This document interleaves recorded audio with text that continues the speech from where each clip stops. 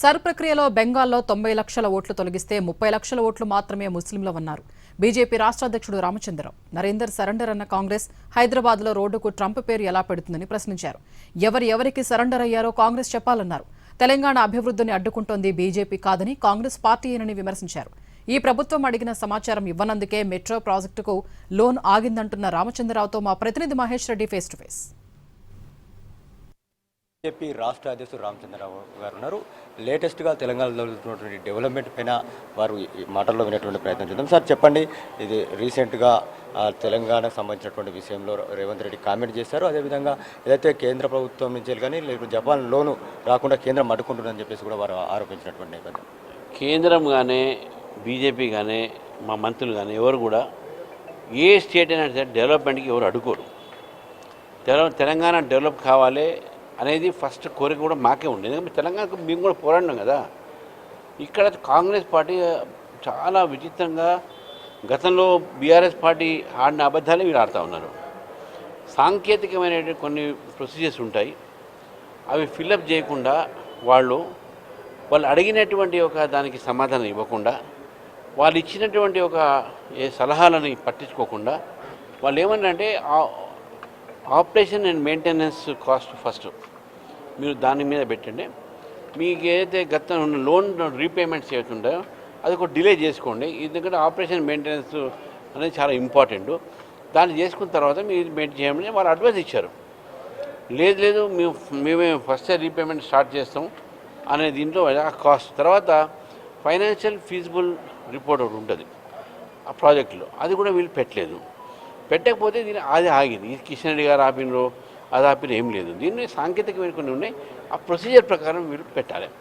దానికి వాళ్ళ లోపాలు పెట్టుకొని ఈరోజు భారతీయ జనతా పార్టీ కేంద్ర ప్రభుత్వం మీద కానీ కిషన్ రెడ్డి మీద కానీ ఇది పొరపాటైనటువంటి ప్రచారం కాంగ్రెస్ పార్టీ చేస్తాం. ఎస్ఐఆర్ పేరుతో ముస్లింల ఓట్లనే ఎక్కువగా తీసేస్తున్నారు. గతంలో ఎక్కడైతే ఎస్ఐఆర్ జరిగిందో ఎక్కువ కూడా ముస్లిం ఓట్లు పోయాయి. ఇక్కడ కూడా అదే పరిస్థితి వచ్చేటువంటి అవకాశం ఉందని చెప్పి మంత్రి అజరుద్దీన్ అన్నటువంటి పరిస్థితి. నేను అజరుద్దీన్గా ఒకటే మాట చెప్తున్నాను, మీరు కొన్ని రోజులు బెంగాల్ పోయిరండి, మీరు తిరిగి రండి.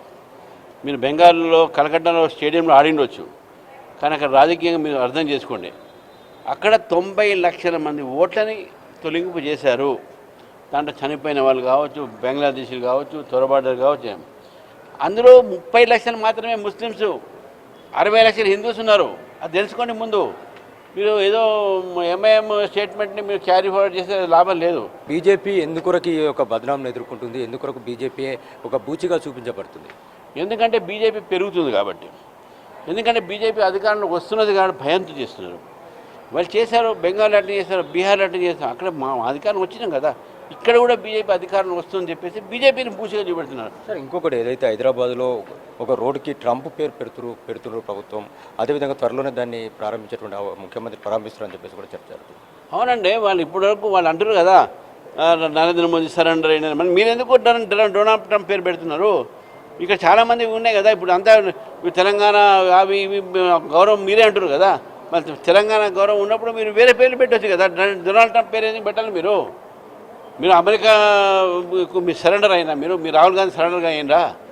రాహుల్ గాంధీ సరెండర్ అయినందుకు మీరు డొనాల్డ్ ట్రంప్ పేరు పెట్టినరా? నేను అడుగుతాను మిమ్మల్ని. మేము ఆయనకు సరెండర్ అయిపోయాను, అందుకే ఈ పేరు పెడుతున్నాను చెప్పండి, అయిపోయాయి. సార్ నిన్న నితిన్ నబీన్ కలిశారు, ఏం మాట్లాడారు? నితిన్ నబీన్ రాష్ట్రానికి ఎప్పుడు వచ్చేటువంటి అవకాశం? 28, 29, 30 వచ్చే అవకాశాలు ఉన్నాయి. స్టేట్ ఎగ్జిక్యూటివ్ మీటింగ్ ఇక్కడ జరుగుతుంది. దాంతోపాటు వారు 3 రోజులు ఉంటారు ఇక్కడ. 3 రోజులు కూడా వారి కార్యక్రమాన్ని మేము రూపొందించి జరిగింది. అయితే అజరుద్దీన్ మాట్లాడినటువంటి విషయాల్లో వాస్తవం లేదని చెప్పేసి అంటున్నారు. అదేవిధంగా పశ్చిమ బెంగాల్లో ఎక్కువగా హిందువుల ఓట్లే తొలగించడం జరిగినటువంటి విషయాన్ని వారు ప్రస్తావిస్తున్నారు. అదేవిధంగా డొనాల్డ్ ట్రంప్ పేరు ఎందుకు పెడుతున్నారో రాష్ట్ర ప్రభుత్వం సమాధానం చెప్పాలి. ఒకవైపున నరేంద్ర మోడీ సరెండర్ అయ్యారని చెప్పేసి ఆరోపిస్తున్నటువంటి బీజేపీ కాంగ్రెస్ ఈరోజు ట్రంప్ పేరు ఎలా పెడతారని చెప్పేసి ఆయన ప్రశ్నిస్తున్నారు. ఇక నితిన్ నబీన్ ఈ నెల ఆఖరులో తెలంగాణ పర్యటన ఉంటుందని చెప్పేసి కూడా రామచంద్రరావు గారు అంటున్నారు. కెమెరామెన్ వెంకట్ యాదవ్తో మహేష్, ఎన్టీవీ, హైదరాబాద్.